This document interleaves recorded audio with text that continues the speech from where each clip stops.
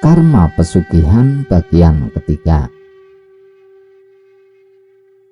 Aku dibangunkan oleh Cek Ais yang sampai harus masuk pada kamarku dan cukup khawatir dengan keadaanku yang terbangun dengan burungku yang masih tegak berdiri.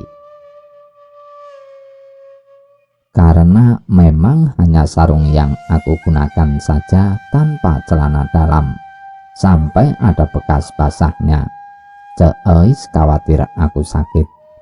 Aku jelaskan aku baik-baik saja. Setelah itu aku mandi pagi hari dan sudah terlewat waktu sholat subuhku. Kenapa setiap mengalami hal-hal aneh seperti itu tidurku jadi seperti ini? Apalagi barusan keringatku sangat banyak, ucapku sambil makan pagi.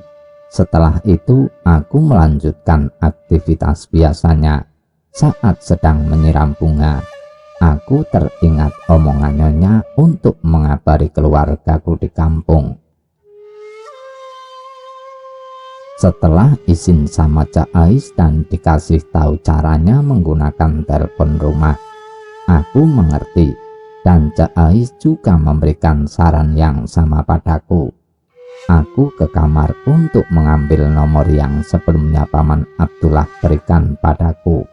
Pada saat itu sebelum Paman Abdullah pulang ke kampung. Segera aku pijit satu persatu nomor yang ada dalam secari kertas yang aku pegang. Satu persatu nomor selesai dan benar saja telepon itu langsung terhubung. Assalamualaikum Ponari, ini Satrio, ucapku. Satrio, apa kabar? Udah ada 2 hari Romo Agung menanyakan sudah ada telepon belum dari kamu. Karena memang sebelumnya Abdullah bilang sudah kasih nomor paman ke kamu, jawab Ponari. Baik Mang, alhamdulillah. Oh iya Romo sampai gitu Mang. Duh, maaf Mang baru bisa telepon sekarang Satrio.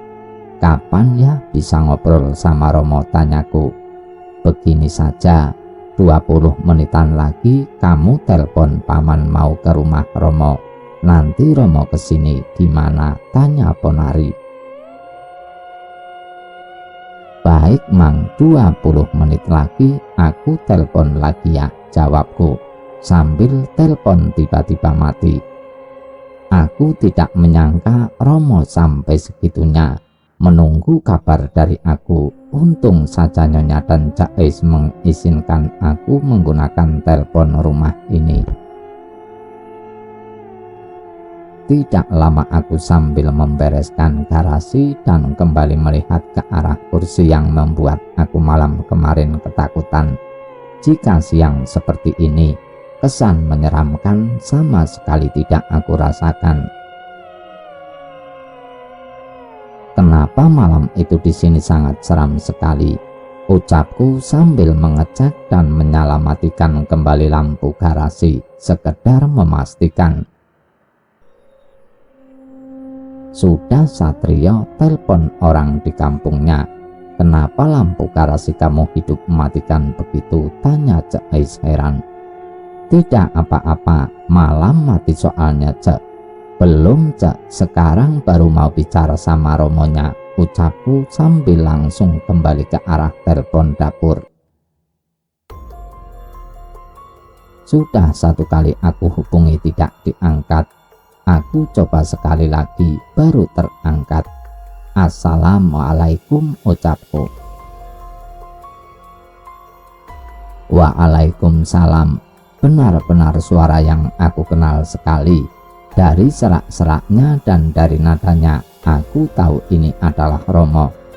Romo, maafkan Satrio baru kasih kabar dan telepon. Maafkan ya Romo. Romo sehat. Ibu, bapak, dan Mang keluarga Paman Abdullah gimana Romo? Ucapku sambil menahan air mata karena benar-benar merasa berdosa. Alhamdulillah sehat. Istri Abdullah juga sehat sekarang, sudah mulai membaik. Walau menuju sembuh masih cukup lama Satrio. Romo tidak enak hati, sudah 3 malam terakhir mimpi kamu diikuti terus sama perempuan cantik. Tapi sayangnya perempuan itu bukan di alam kita, ucap Romo. Romo, aku sudah tidak kuat. Aku pengen cerita di rumah ini, aneh. Ada Nini Lilis namanya sedang sakit. Aku tidak tahu sakit apa. Aturannya aku sama sekali tidak boleh masuk rumah utama, hanya dapur, musola, kamar, dan garasi saja Romo.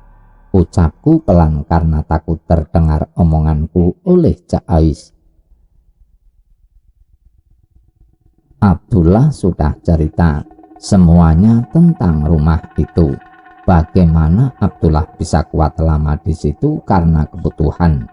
Iya, Nini Lilis sakit bukan sakit biasa Satrio, tapi sayangnya anak-anak hanya percaya kepada medis saja, padahal ada bagian lain yang sudah jatahnya selain medis. Romo yakin kamu bakalan merasakan kejanggalan. Kalau kamu buka tas, di situ ada tasbih yang sudah Romo simpan dan ada bacaan yang harus kamu baca setelah sholat. Kasihan wanita itu, ucap Romo yang sangat khawatir padaku. Wanita itu siapa Romo? Tanyaku penasaran dan mulai berat sekali punggungku seperti ada yang menduduki. Aku bahkan tidak menyangka Romo akan langsung percaya dengan apa yang aku omongkan. Karena sebelumnya aku tidak pernah sama sekali mengalami hal seperti ini dan membahasnya dengan Romo. Walau banyak yang bilang Romo adalah orang bisa kepada hal-hal seperti itu. Yang ada di dalam mimpi kamu yang pernah kamu lihat, jangan takut. Doakan dia, minta didoakan Satrio. Kasihan keluarga majikan kamu cuci tangan, ucap Romo. Kemudian tiba-tiba telepon terputus begitu saja. Segera aku hubungi kembali dan tersambung. Cuci tangan seperti apa Romo? Tanyaku yang masih yakin Romo yang angkat telepon aku. Romo di sini berdoa untuk keselamatan kamu. Jangan ikuti rasa penasaran kamu. Jika jatah kamu di rumah itu adalah untuk membuat semua luka lama yang pernah keluarga majikan kamu lakukan, lakukan. Menolong dan mendoakan tidak selalu untuk orang yang masih hidup. Sudah dulu, 5 hari lagi kamu hubungi Ponari dan Romo, nanti ada yang mau dibicarakan lagi. Romo tahu dari cerita Abdullah dan sakitnya istri Abdullah tidak masuk akal. Kamu baik-baik bacakan wirid apa yang ada di dalam tas kamu itu dan doakan perempuan itu, kasihan, ucap Romo dengan perlahan. Baik Romo, doakan aku juga. Salamkan sama ibu dan bapak juga paman Abdullah. Makasih, bilang sama Ponari Romo. Ucapku terbata-bata sambil meneteskan air mata. Aku langsung duduk dan melamun di meja makan dengan air mata yang terus mengalir. Mungkin iya, ini adalah jatahku. Segala apa yang Romo bicarakan, aku sangat percaya walau sangat singkat. Penjelasan itu membuat aku paham. Seperti jawaban yang selama ini mengganggu pikiranku. Cuci tangan yang Romo bilang, walau tidak jelas dan mimpi yang sebelumnya aku alami, serta kejadian menakutkan yang sudah aku lewati, atas izin dan kehendak yang kuasa, tidak akan terjadi. Dan pasti ada tujuan walau harus diuji dengan hal-hal seperti ini. Kenapa jadi melamun gitu Satrio? Sudah telepon orang di kampungnya. ucap Cece sambil mencubit pipiku. Cece, kaget aku. Sudah, Cek, alhamdulillah pada sehat. Dan Romo juga senang dapat kabar dari aku. Ucapku masih saja memikirkan apa yang sebelumnya Romo ucapkan. Tiba-tiba Cak Ais duduk di kursi dekatku dengan tatapan yang antusias. Tubuhnya wangi dan sangat menggoda imanku. Dengar cerita dari Abdullah, katanya Romo Satrio bisa nyembuhin orang sakit gitu ya, pakai cara-cara tradisional. Katanya juga Romo Satrio bisa gitu sama hal-hal gaib. Bener itu Satrio? Tanya Cak Ais tiba-tiba. Bahkan aku kaget dengan pertanyaan Cak Ais. Kemudian aku juga mewajarkan karena mungkin itu yang diketahui Paman Abdullah. Jujur, Cek, walau aku cucu yang paling dekat dengan Romo, malah aku tidak terlalu tahu walau benar suka banyak orang yang datang ke rumah Romo. Tapi soal yang kedua, ke hal-hal gaib, malah aku sama sekali tidak tahu. Romo hanya yang paling dituakan saja di kampung. Kenapa memangnya? Tanyaku pada Cak Ais. Cak Ais kemudian terdiam dan langsung menggelengkan kepala saja. Sama seperti obrolan sebelumnya beberapa detik, aku dan Cak Ais tidak ada lagi ucapan lain selain diam. Tidak apa-apa Satrio, lagian bukan urusan kita. Cece hanya merasa kasihan saja dengan sakitnya Nini Lilis. Cece sudah 8 tahun di sini. Dan sudah Cece bilang sama kamu. Selama itu juga kondisi Nini Lilis tidak pernah membaik. Sudah beberapa tenaga medis bahkan terus melakukan pengobatan dan lain-lain. Tapi sayang kondisinya tetap sama, ucap Cak Ais dengan perlahan. Sakit apa memang, Cek? Mohon maaf sebelumnya aku bertanya seperti itu. Cece tidak usah marah. Aku orang yang cukup mengerti dan tidak selalu mencampuri urusan orang lain, Cek. Ucapku memberikan pengertian pada Cak Ais dengan tenang sambil tanganku menggenggam tangan Cak Ais. Cece tidak tahu dan tidak dikasih tahu sama Nyonya. Cece hanya memberikan obat yang disuruh Nyonya saja Satrio. Makanya ketika Cece dapat cerita soal Romo kamu dan kamu yang menggantikan Abdullah, Cece senang dan berharap bisa Romo kamu yang mengobatinya dengan cara lain. Soalnya Cece sudah sering sekali mendapatkan gangguan yang aneh, ucap Cak Ais. Aku langsung terdiam. Apa Cece sama denganku gangguan yang sama, ucapku dalam hati. Walau itu hanya sesekali, semenjak Cece di sini, apalagi awal-awal kesini pertama kali merawat Nini Lilis 8 tahun ke belakang itu. Dan ketika itu awal gangguan yang benar-benar terjadi. Walau tidak sering, hanya sesekali saja, ucap Cak Ais menjelaskan. Dan benar-benar seperti orang ketakutan sambil merapatkan tubuhnya padaku. Sampai seperti Nyonya, Cek, kenapa Cece berani bercerita seperti ini kepada aku, Cek? Tanyaku dengan tidak enak, tapi tanganku semakin menggenggam jemarinya. Karena Cece tahu betul kejadian malam pertama kamu di sini ketika kamu sejujur itu menjelaskan kepada Cece. Cece percaya dan itu yang sering Cece dengar juga kejadian pohon itu. Cece sudah sangat sering sekali, ucap Cak Ais sambil menunjuk pohon itu. Maaf Satrio, Awalnya Cece mengira hal lain kepadamu dan tidak terlalu percaya Abdullah tentang kamu yang memang sangat baik dan bisa diatur.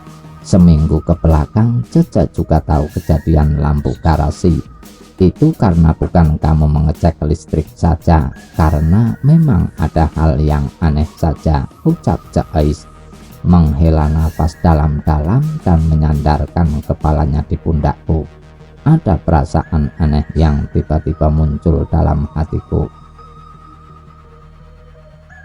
Tiba-tiba suasana siang ini di meja makan dapur yang aku rasakan jadi sangat tidak enak.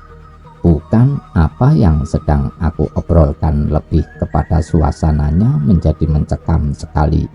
Apalagi ini siang hari. Cek, kursi yang di garasi itu, tanyaku sambil menunjuk ke arah garasi. Kursi itu, ucap Cek Ais terputus dan kembali menarik napas dalam-dalam sambil memelukku kencang sekali. Iya, kursi itu. Semenjak Cece kesini sudah tersimpan di situ Satrio. Cece bahkan tidak tahu sama sekali. Tapi pernah satu waktu paman kamu mau membuang kursi itu. Tiba-tiba, maaf tidak tahu kenapa, mudah-mudahan bukan hal yang bersangkutan. Tiba-tiba istri paman kamu sakit tidak wajar di kampung itu, ucap Cek Ais sambil meneteskan air mata di pundakku. Pantas saja gangguan itu berawal dari rasa ingin tahuku soal Nini Lilis dan soal ketertarikan pada kursi itu, sehingga kejadian selanjutnya menakutkan. Maaf sekali Cek, Cece awal bisa kerja di sini bagaimana, tanyaku. Tidak apa-apa, Cece sekarang terbuka saja. Cece dulunya bukan kerja di sini. Cece waktu muda ikut kerja dengan ibu Cece di rumah Nini Lilis di kota Cianjur. Dulunya ibu Cece yang bersama Nini Lilis dengan suaminya. Tidak lama Nini Lilis sakit-sakitan 15 tahun ke belakang itu. Dan ibu Cece meninggal setelah mengurus Nini Lilis sakit selama 7 tahun Satrio. Selanjutnya Cece lah yang mengurusnya. Dan setelah ibu Cece meninggal, Nini Lilis dipindahkan ke sini dengan Nyonya Sekar, anak paling besarnya, ucap Cek Ais menjelaskan. Nini Lilis sudah sakit dari tahun 2000 berarti ya Cek, ucapku dengan gemetaran setelah menghitung mundur dari tahun ini. Iya Satrio, karena tahun 1999 ibu Cece meninggal, masih ingat dengan tahunnya, dan di tahun itu juga Nini Lilis pindah ke sini. Waktu itu rumah ini masih pembangunan akhir. Cece ingat sekali, jawab Cek Ais, kembali meneteskan air mata perlahan, dan aku pun menyekanya secara perlahan. Baiknya sekarang gimana ya Cek? Sudah lama sekali ternyata ya Cek. Maaf aku baru tahu Cek, dan seharusnya mungkin aku tidak tahu, ucapku penuh rasa tidak enak. Tidak apa-apa, Cece sudah terlanjur cerita Satrio, dan Cece sedikit lega, hanya Abdullah dan kamu yang mengetahui hal ini. Tapi ingat, jangan karena kamu tahu semuanya tentang hal ini, kamu jadi merasa ditumbalkan oleh Abdullah kerja di sini dan masuk dalam kondisi ini. Abdullah orang baik sama denganmu. Kasihan istrinya tidak tahu apa-apa soal kursi itu. Semoga istri Abdullah bukan karena hal itu sakitnya ya Satrio, ucap Cek Ais dengan perlahan. Aku langsung terdiam. Apa secepat ini aku mengetahui hal ingin aku ketahui tanpa harus bertanya? Benar apa kata Romo di telepon, jika jatahku yang harus tahu tentang ini, kenapa tidak jika tujuannya memang baik? Kemudian Cak Ais tetap meneteskan air matanya. Aku tidak kuat melihat wanita seperti Cak Ais yang harus ketakutan sepanjang malam tanpa ada yang menjaganya. Segera aku menenangkan dan memeluknya erat-erat. Semoga kejadian-kejadian yang Cak Ais lalui adalah berkah, karena semoga juga itu adalah bagian daripada ibadah Cak Ais merawat Nini Lilis yang sakit.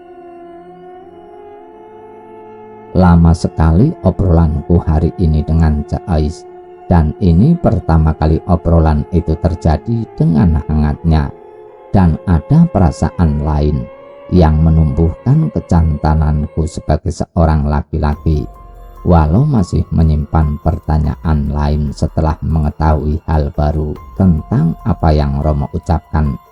Cerita dari Cak Ais soal waktu Nini Lilis sakit. Segera aku ke kamar untuk memastikan apa yang sebelumnya Romo katakan soal tasbih yang sebelumnya sudah Romo simpan di tas yang aku pakai membawa salin dari kampung ke rumah ini. Benar saja ada, dan benar juga ada beberapa tulisan Jawa yang akan aku bacakan untuk mendoakan yang kata Romo soal wanita itu.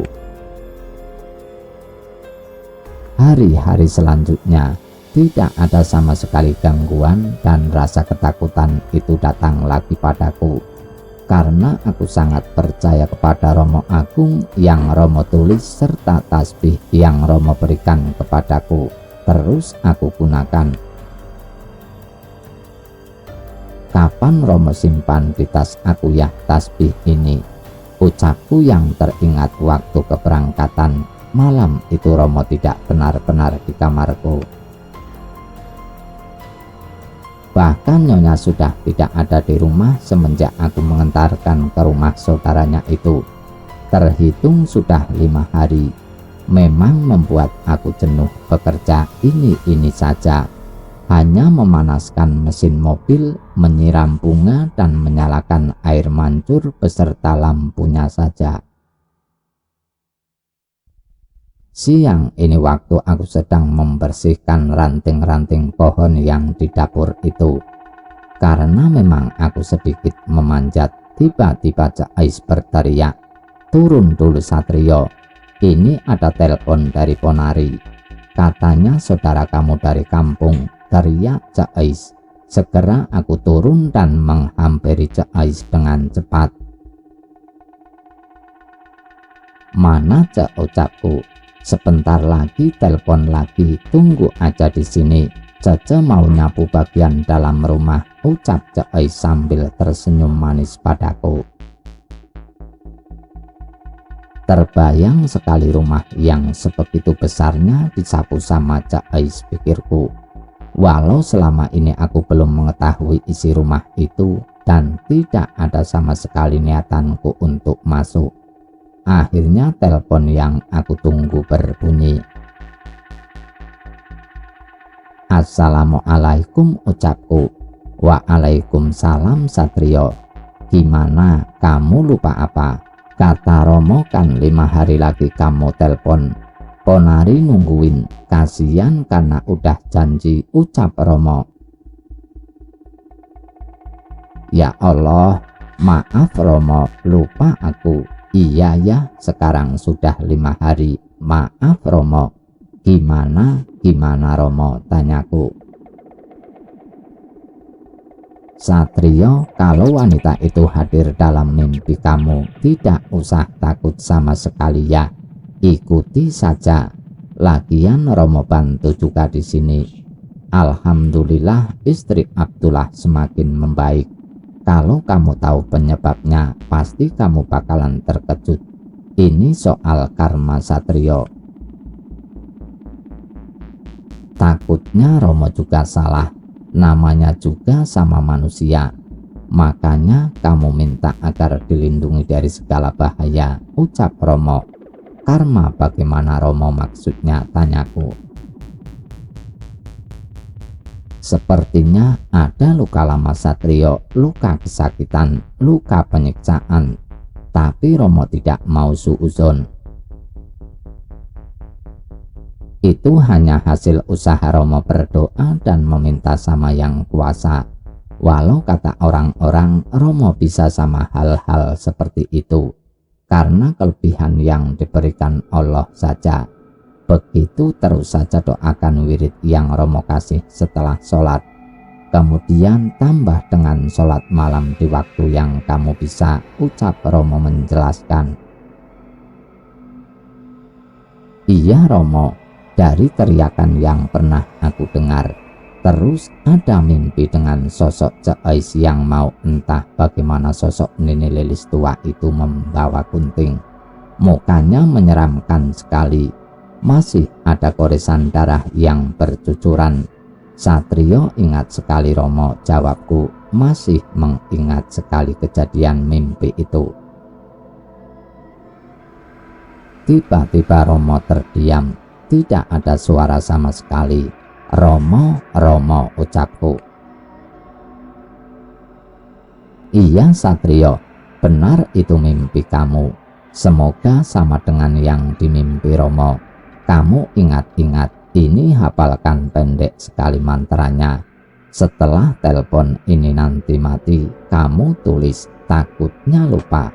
Bacakan ketika malam itu ya, insya Allah baik-baik saja kamu di situ. Abdullah cerita banyak soal Cek Ais juga. Sudah, jangan suka diatur oleh nafsu. Kalau sudah jatahnya, apapun juga untuk kamu, pasti untuk kamu. Lakukan yang seharusnya kamu lakukan saja. Romo hanya benar-benar khawatir saja dengan keadaan kamu di situ, makanya seperti ini. Sisanya ada apa-apa jangan lama-lama telepon lagi Ponaria, ucap Rom menjelaskan. Aku hanya setuju dan mengingat mantra yang Romo berikan. Setelah itu Romo bercerita juga soal ibu dan bapak aku yang baik-baik saja, bahkan tidak tahu persoalan ini, karena untuk supaya tidak khawatir saja dengan keadaan aku di sini. Selesai telepon dari Romo, aku langsung ke kamar dan menuliskan mantra yang Romo berikan. Di kamar aku berpikir tentang karma yang Romo bicarakan. Apa memang ada luka lama? Seperti apa karma tersebut? Hari ini berjalan dengan cepat. Kembali membantu Cek Ais saja tanpa ada pekerjaan lain. Di waktu-waktu biasanya Cek Ais kembali mengantarkan makan ke dalam, ke kamar Nini Lilis. Sementara aku benar-benar dibuat jenuh. Apalagi rumah sebesar ini hanya aku, Cek Ais dan Nini Lilis saja yang mengisinya. Sampai sudah 4 hari telepon Romo itu, benar-benar tidak ada kerjaan sama sekali. Hanya beberapa kali aku melihat dokter datang dan langsung bersama Cek Ais. Bahkan Cek Ais tidak berbicara banyak tentang dokter itu sama sekali. Sholat malam terus aku lakukan walau tidak pernah pada jam yang sama, karena memang istirahat yang aku lakukan benar-benar cukup. Sampai pada hari ini di pagi hari setelah selesai seperti biasa pekerjaanku, aku berpikir dari cerita awal ke sini, Cek Ais dan dari awalnya meninggalkan ibu Cek Ais dan juga sakitnya Nini Lilis yang bertahun-tahun itu. Apa ada kaitannya dengan omongan Romo? Luka kesakitan, luka penyiksaan, dengan sekali mimpi yang aku alami, ucapku dalam hati. Ketika ketakutan yang terbesar adalah dihantui rasa penasaran oleh pikiran aku sendiri, itu yang sangat melelahkan. Bagaimana bisa untuk anak ukuran yang seperti aku. Menarik benang kusut ke belakang dengan waktu yang bukan sebentar ini. Sedang duduk di meja makan.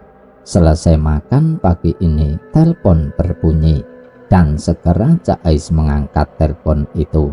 Dari kejauhan, aku melihat Cak Ais hanya mengangguk-angguk saja. Tidak lama Cak Ais mendekati aku. Barusan Nyonya telepon Satrio. Kata Nyonya, siang ini Tuan pulang ke rumah. Kamu pertama kali kan ketemu Tuan. Tuan orangnya sangat baik. Tapi samakan saja pada Nyonya, jangan bertanya soal Nini Lilis. Karena sama dengan Nyonya, Tuan tidak pernah membahas apapun soal Nini Lilis kepada Cecek sekalipun. Apalagi Tuan jarang ada di rumah, ucap Ais sambil duduk di dekat aku. Tuan emang jarang di rumah ya, Cek. Hampir mau 1 bulan aku di sini baru bertemu dengan Tuan. Tanyaku. Tuan punya perusahaan tambang di Satrio di luar pulau. Makanya sekali berangkat lama. Tapi sayang anak-anaknya, ucap Cak Ais langsung terdiam. Kenapa, Cek? Tanyaku semakin penasaran. Nyonya dan Tuan punya anak 2 Satrio. Anak pertamanya 4 tahun kebelakang kecelakaan tidak wajar di jalan. Anak ganteng sekali, persis seperti Zahwa. Terbayangkan sama kamu, semenjak luka kepergian anak laki-lakinya itu, ibu lebih sibuk kerja dan bapak juga sama. Sementara kamu tahu adiknya Zahwa tidak mau di sini, karena di sini Zahwa selalu melihat sosok-sosok yang sama pernah Cecek lihat, ucap Cak Ais dengan tatapan kosong. Innalillahi, aku benar-benar baru tahu, Cek. Paman Abdullah tidak pernah cerita sampai sedalam ini, ucapku. Tidak apa-apa, biar kamu semakin tahu semuanya. Lagian sudah lama juga kamu di sini dan harus tahu juga, ucap Cak Ais perlahan. Aku benar-benar tidak menyangka sampai anaknya Nyonya Sekar sampai harus meninggal. Walau aku percaya itu takdir, tapi sebenarnya apa dan kenapa ini? Semakin tinggi rasa penasaranku. Semakin tidak aku ikuti, semakin menghampiri rasa penasaran itu. Kemudian Cak Ais masuk ke dalam rumah dan menyuruhku untuk membersihkan area bagian kolam ikan. Karena sama dengan Nyonya, kolam itu tempat kesukaan Tuan menghabiskan banyak waktu di rumah. Aku segera membersihkan bagian kolam. Walau memang masih bersih, aku rapikan kursi dan meja. Yang membuat aku kaget di siang bolong seperti ini, aku melihat segumpalan rambut di bawah meja. Walau memang beberapa hari ke belakang, walau waktunya sangat jauh, Nyonya sama pernah duduk di sini. Apa mungkin Cak Ais setiap membersihkan bagian ini tidak melihat gumpalan rambut sebanyak itu, ucapku dalam hati. Segera aku masukkan ke dalam tong sampah. Tidak lama terdengar gerbang terbuka dan suara klakson mobil. Itu pasti Tuan. Segera aku berjalan cepat menghampiri mobil yang cukup mewah itu, sudah terparkir di halaman depan garasi. Satrio, Nyonya cerita banyak soal kamu. Cek, kalau anak lelaki aku masih ada, mungkin sudah sebesar dia ya, ucap Tuan Takur. Aku hanya diam dan tersenyum saja. Iya Tuan, Satrio ini masih muda, baru keluar sekolah kemarin SMA-nya. Kalau saja sekolah, tapi lebih memilih kerja karena kondisi keluarga Tuan. Sama dengan aku di kampung, namanya juga Tuan he, ucap Cak Ais. Berbalik dengan sosok Nyonya, Tuan sangat bersahabat dengan gaya bicaranya dan sangat hangat juga dengan cara menyapaku. Tidak lama Tuan langsung makan di dalam rumah dengan supir perusahaannya itu. Tidak lama selesai makan, supir itu kembali pergi dan aku yang menutup gerbang itu. Setelah itu Tuan sudah tidak terlihat lagi, mungkin istirahat. Tidak lama, di malam hari setelah semuanya beres termasuk Cak Ais, karena seperti biasa juga lampu dan air mancur pasti Tuan yang menghidupkan. Baru saja masuk kamar, Cak Ais memanggilku. Barusan Tuan tanya-tanya soal kamu. Cece jelaskan semua, Cece kasih tahu juga semuanya. Dan Tuan pengen ngobrol katanya. Ditunggu sama Tuan di kolam Satrio, ucap Cak Ais di depan kamarku. Aku sedikit kaget. Apa yang Cak Ais bicarakan? Aku langsung menuju kolam lewat depan rumah. Hei Satrio, sini. Kenapa lewat situ? Enggak lewat dalam saja, ucap Tuan Takur. Aku hanya tersenyum tanpa menjawab, karena aku tidak mau membicarakan aturan di rumah ini. Yang diucapkan Cak Ais, Tuan begitu hangat, banyak obrolan tentang pekerjaan Tuan, dan merasa kesepian ketika pulang.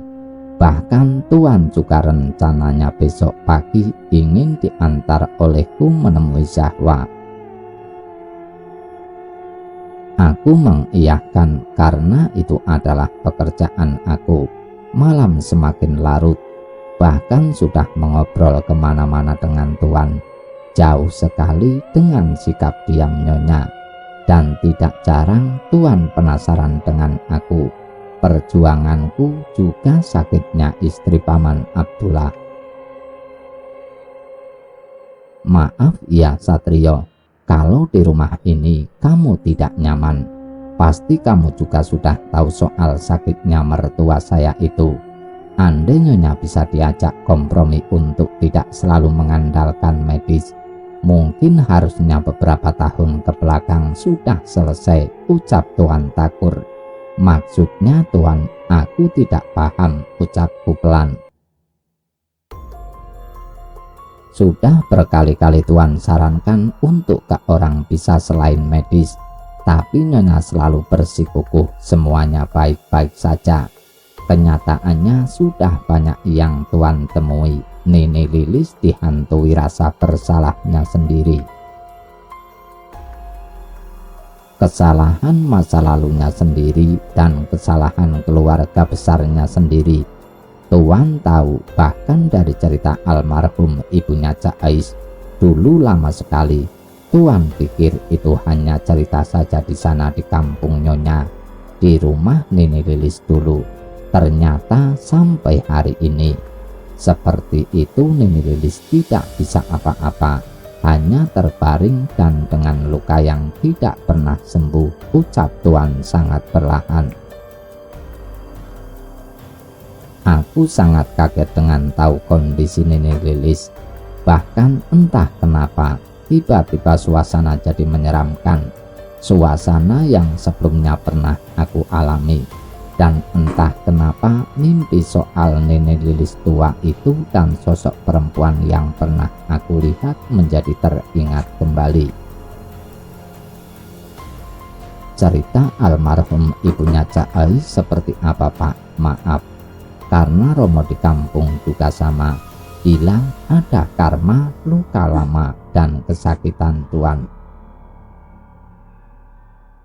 Maaf sekali lagi Tuan, tidak ada maksud tertentu, ucapku dengan rasa tidak enak.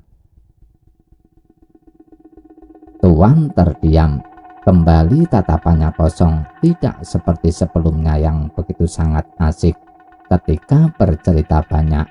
keluarganya, dan tentang sosok anaknya yang sudah almarhum itu.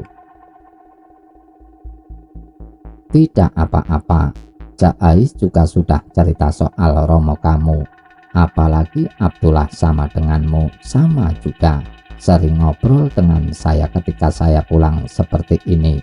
Begitulah Satrio. Ibunya Cak Ais sayangnya mungkin hanya bercerita kepada saya saja, sehingga Nyonya selalu tidak percaya dan menganggap kejadian itu adalah sebuah kecelakaan saja, ucap Tuan Takur dengan terlihat matanya mulai berlinang. Aku masih diam, tidak berani lagi bertanya kepada Tuan Takur karena dari ucapannya sangat dalam. Dan anehnya angin malam ini tidak seperti biasanya yang sangat menusuk dingin ke badanku. Kalau dibandingkan dengan cuaca kota ini yang bertambah dingin, tidak lama pundakku tiba-tiba berat dan napasku mulai sesak. Sunandar, Kedasi, anak muda yang tidak berdosa. Perlakuan ibu dan bapaknya Nini Lilis dan juga Nini Lilislah yang menyebabkan kematiannya tidak wajar. Penyiksaan sebagai pembantu pada waktu yang sangat tidak wajar, entah melakukan kesalahan apa. 11 tahun ke belakang dari awal Nini Lilis sakit tahun 2000 itu, ibu dan bapaknya Nini Lilis meninggal juga dengan sakit saling bergantian dan tidak wajar. Bahkan saya masih ingat tahunnya, 11 tahun ke belakang, tahun 1978, dan Kedasih meninggal tahun 1988. 3 tahun sebelum Nini Lilis sakit parah seperti sekarang, bukan waktu yang sebentar kan. Tapi saya selalu percaya pasti ada kesalahan atas semua ketidakwajaran dari semua hal ini. Kamu percaya, Satrio? Saya berani lagi bicara seperti ini setelah lama dan hanya kepada istri saya. Dan kamu saja saya bicara hal ini, ucap Tuan Takur melihat ke arahku. Aku terdiam dengan cerita Tuan Takur yang bahkan sangat ingat dengan tahunnya itu. Mungkin hal itu juga yang bakalan tersimpan baik dalam ingatan Tuan Takur. Sebuah nama Sunandar, Kedasih, aku merasakan juga kesakitan itu. Tidak tahu kenapa, aku tiba-tiba meneteskan air mata. Apalagi dengan cerita yang sangat sudah lama itu, tidak terbayang tahun itu. Jika Kedasih benar-benar seperti apa yang diceritakan Tuan Takur. Anehnya, angin yang menusuk badanku semakin dingin malam ini, dan semakin berat juga pundakku, entah karena apa. Iya Tuan, itu sangat lama, dan memang sesuai Cak Ais juga bercerita, tahun 1999 itu ibunya meninggal, dan Cak Ais ikut pindah ke sini untuk merawat Nini Lilis. Terima kasih Tuan sudah percaya sama Satrio untuk menceritakan kembali. Mungkin itu sebuah luka lama, tapi pertanggungjawaban maaf akan selalu mengikuti, apalagi soal rasa dan kejadian bersalah. Romo pernah berbicara seperti itu Tuan. Dan mohon maaf lagi Tuan, Romo juga sudah mengetahui hal soal sakit Nini Lilis dari cerita Abdullah. Ucapku penuh rasa ketidakenakan.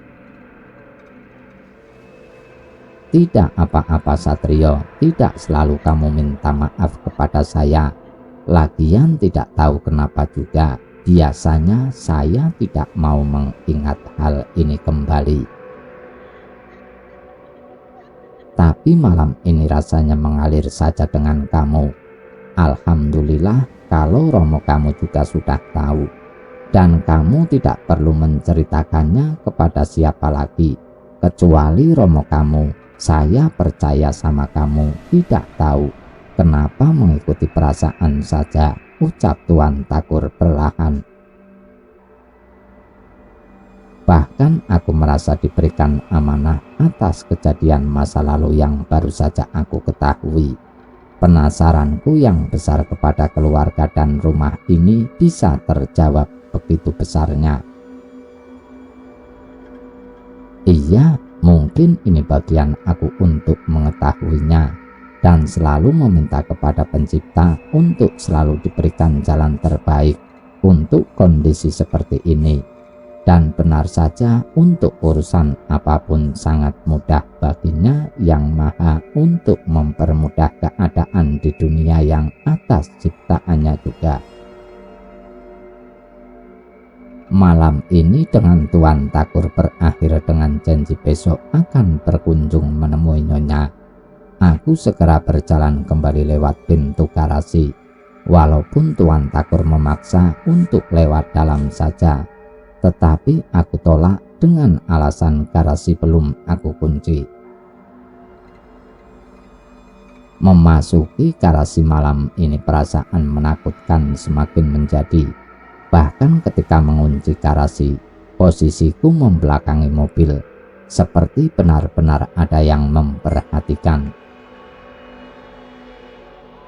Apa karena obrolan soal kedasih itu dan obrolan yang sangat dalam tentang Tuan Thakur, suasananya jadi seperti ini, ucapku sambil terburu-buru masuk ke dalam dapur.